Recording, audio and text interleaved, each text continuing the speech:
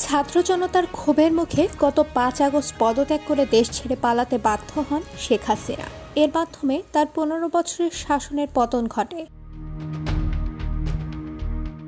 শেখ হাসিনার পতনের বিষয়টি ভারতের শঙ্কা তৈরি করে, কারণ তিনি ছিলেন দক্ষিণ এশিয়ার মধ্যে ভারতের সবচেয়ে বড় মিত্র।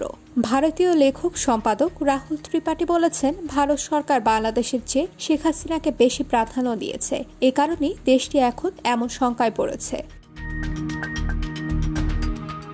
গভীর সম্পর্ক গড়ার জন্য ভারতীয় প্রধানমন্ত্রী নরেন্দ্র মোদী ও বাংলাদেশের সাবেক প্রধানমন্ত্রী শেখ হাসিনা উভয়ই তাদের নিজ দেশে গণতন্ত্রের পশ্চাৎপসরণকে উপেক্ষা করেছেন।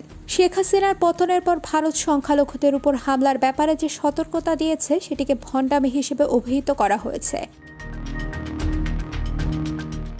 শেখ হাসিনার পতনের বিষয়টি গত কয়েক বছর ধরেই তৈরি হচ্ছিল।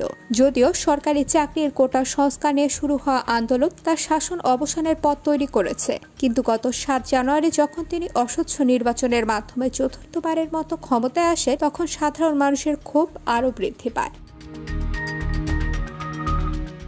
আমেরিকার ৭ জানুয়ারির নির্বাচনকে একটি অস্বচ্ছ নির্বাচন হিসেবে অভিহিত করে, কিন্তু পরাশক্তি রাশিয়া, ভারত ও চীন শেখ হাসিনাকে দ্রুত সময়ের মধ্যে শুভেচ্ছা জানায়। বিশেষ করে নির্বাচন শেষে নরেন্দ্র মোদীর টুইটটি ছিল ন্যাক্কারজনক। সাধারণ মানুষ ও বিরোধী দল নির্বাচনটি বয়কট করলেও মোদী শেখ হাসিনা এমনকি বাংলাদেশের মানুষকে শুভেচ্ছা জানিয়ে বার্তা দেন।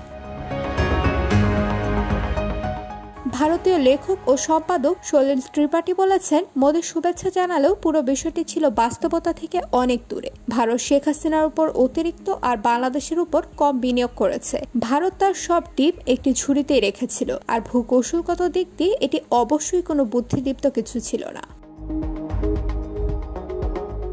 IBTV USA news desk.